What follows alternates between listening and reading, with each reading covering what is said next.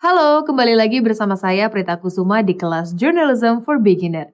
Di video sebelumnya, kamu sudah mengetahui tentang proses produksi berita, di mana dalam prosesnya ada tahap wawancara, yaitu wartawan atau jurnalis bertanya kepada narasumber untuk menggali atau mengumpulkan informasi, keterangan, fakta, atau data tentang sebuah peristiwa atau masalah.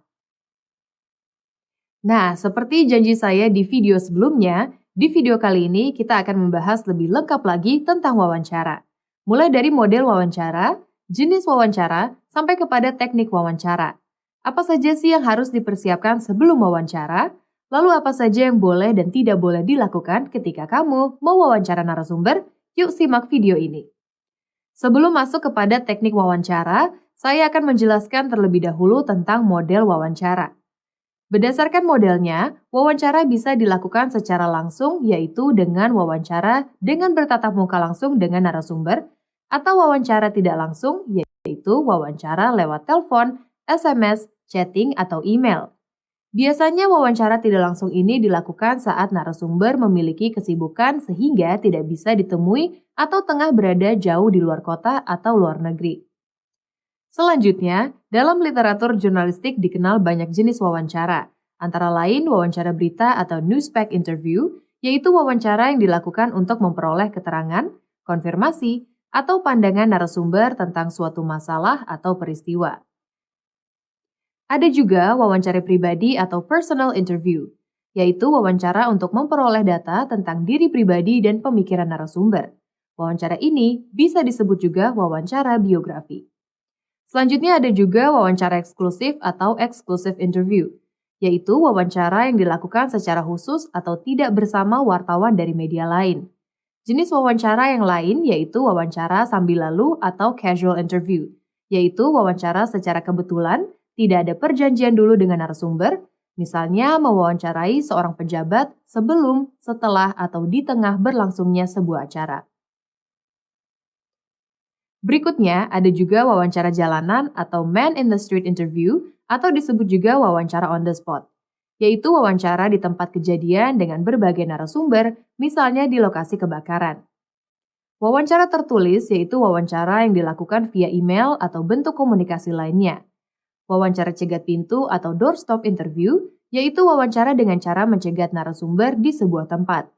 Misalnya tersangka korupsi yang baru keluar dari ruang interogasi KPK.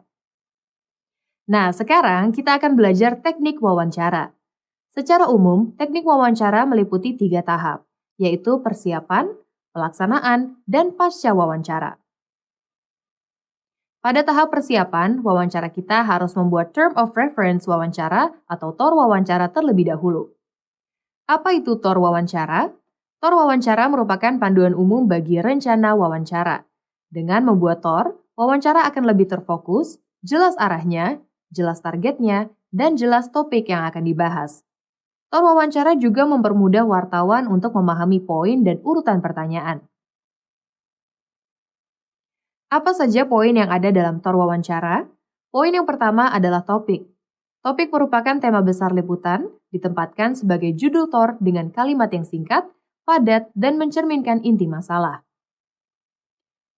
Kemudian poin yang kedua adalah latar masalah.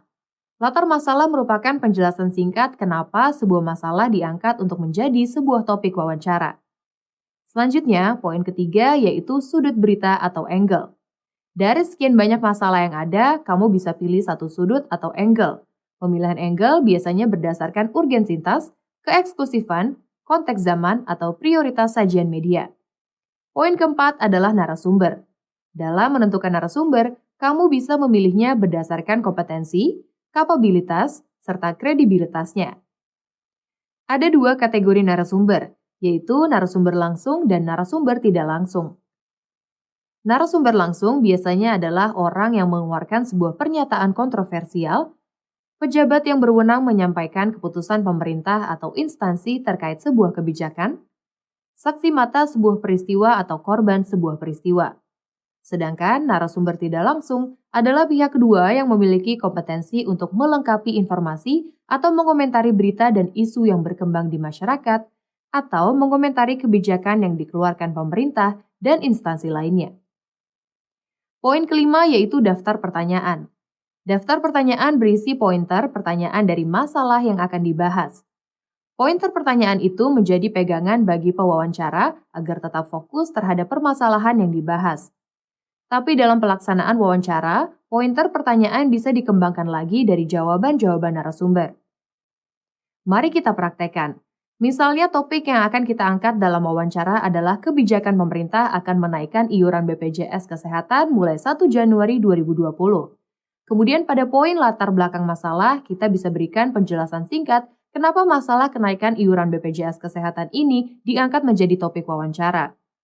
Misalnya karena informasi lengkap mengenai kenaikan iuran BPJS Kesehatan ini perlu diketahui masyarakat.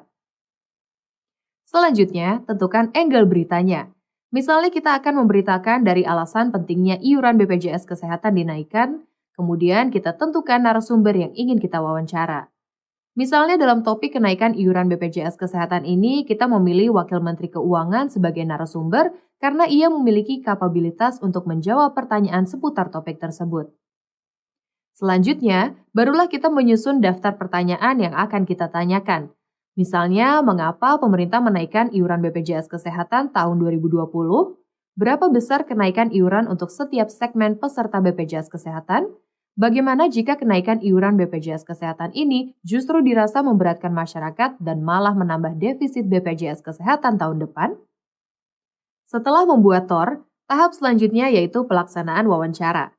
Hal yang harus kamu lakukan adalah perhatikan penampilan. Kenakanlah pakaian yang rapi dan sopan sesuai tempat dan suasana. Misalnya jika narasumbermu adalah presiden dan tempat wawancaranya adalah di istana, kamu wajib mengenakan kemeja, celana bahan, sepatu pantofel, karena ini merupakan peraturan yang memang sudah ditetapkan bagi siapapun tamu yang masuk ke istana presiden. Kemudian datanglah tepat waktu jika sudah ada kesepakatan dengan narasumber. Lalu perkenalkan dirimu. Jika perlu, tunjukkan ID pers. Kemukakan maksud kedatanganmu, lalu tanyakan nama lengkap dan jabatan narasumber. Bila perlu, minta narasumber menuliskan namanya sendiri agar tidak terjadi kesalahan. Hal ini bisa kamu lewatkan jika sebelumnya kamu sudah mengetahui jabatan dan nama narasumber ya. Hal berikutnya adalah siapkan catatan juga. Jangan terlalu mengandalkan recorder karena bisa saja data recorder hilang atau terhapus. Selanjutnya, kamu mulai bisa mengajukan pertanyaan dan dengarkan pernyataan narasumber dengan baik. Perlu diingat, tugas wartawan adalah untuk menggali informasi, bukan menggurui narasumber, apalagi ingin terkesan lebih pintar atau lebih paham dari narasumber. Untuk itu, ada beberapa hal yang sebaiknya tidak kamu lakukan ketika sedang mewawancarai narasumber. Di antaranya yaitu mengajukan pertanyaan yang bersifat interrogatif atau memojokkan. Hindari juga pertanyaan yes-no question atau pertanyaan yang hanya butuh jawaban ya atau tidak. Contohnya, apakah Anda mundur dari jabatan Anda? Pertanyaan ini adalah contoh yes-no question. Jika kamu bertanya seperti ini, narasumber tidak akan menjawab panjang lebar, melainkan hanya ya atau tidak. Sebaiknya pertanyaanmu diubah menjadi, mengapa Anda mundur dari jabatan Anda? Dengan pertanyaan mengapa ini, narasumber akan menjawab dengan kalimat yang panjang. Nah, setelah kamu sudah selesai wawancara, tahap terakhir adalah mentranskrip hasil wawancara. Transkrip wawancara adalah salinan berbentuk tulisan dari sebuah wawancara. Transkrip wawancara ini bisa berbentuk transkrip detail atau verbatim dan transkrip substansif. Jika kamu membuat transkrip verbatim, berarti kamu harus menulis kata per kata termasuk suara batuk dari disertai ekspresi orang tersebut. Sedangkan pada transkrip substansif, berarti kamu hanya mencatat dialog-dialognya saja. Bagi jurnalis, transkrip sebuah wawancara mempunyai kepentingan tersendiri, seperti 1. Untuk pengingat. Jurnalis tidak bisa hanya mengandalkan ingatannya saja. Apalagi jurnalis yang sedang meliput banyak kejadian dalam satu hari. Pastinya jika kamu jurnalis, tidak mau kan diprotes oleh narasumber karena salah menulis jabatan atau kurang lengkap menulis pernyataan darinya? 2. Kutipan. Hal yang sangat berguna dari melakukan transkrip wawancara adalah menulis kutipan dari narasumber. Karena tidak baik jika jurnalis sibuk menulis kata per kata dari narasumber saat wawancara berlangsung. Narasumber bisa tersinggung, selain itu akan repot jika jurnalis harus menulis pernyataan narasumber karena kecepatan orang yang berbicara berbeda-beda. 3. Dapat digunakan untuk beberapa angle. Dengan membuat transkrip wawancara, sebuah topik bisa dibuat menjadi beberapa berita tergantung dari angle atau sisi mana yang akan diambil. Misalnya seorang jurnalis sedang meliput tentang tanaman hidroponik. Saat wawancara, jurnalis tersebut menanyakan semua tentang tanaman tersebut. Dengan mentranskrip semua wawancara tersebut, ia menemukan banyak hal yang kalau dibuat menjadi satu berita akan terlalu panjang.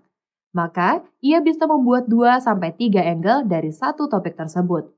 Contohnya, asal-usul tanaman hidroponik dan cara menanam tanaman hidroponik. Nah, sekarang kamu sudah mengetahui tentang teknik wawancara narasumber. Selanjutnya, kita akan belajar tentang bagaimana teknik penulisan naskah berita di media cetak. Saya akan menjelaskan tentang struktur atau pola penulisan apa saja yang biasa digunakan saat menulis naskah berita untuk media cetak, kemudian bagaimana menulis teras berita, mengutip pernyataan narasumber, hingga menentukan akhir berita. Jadi, sampai jumpa di video selanjutnya.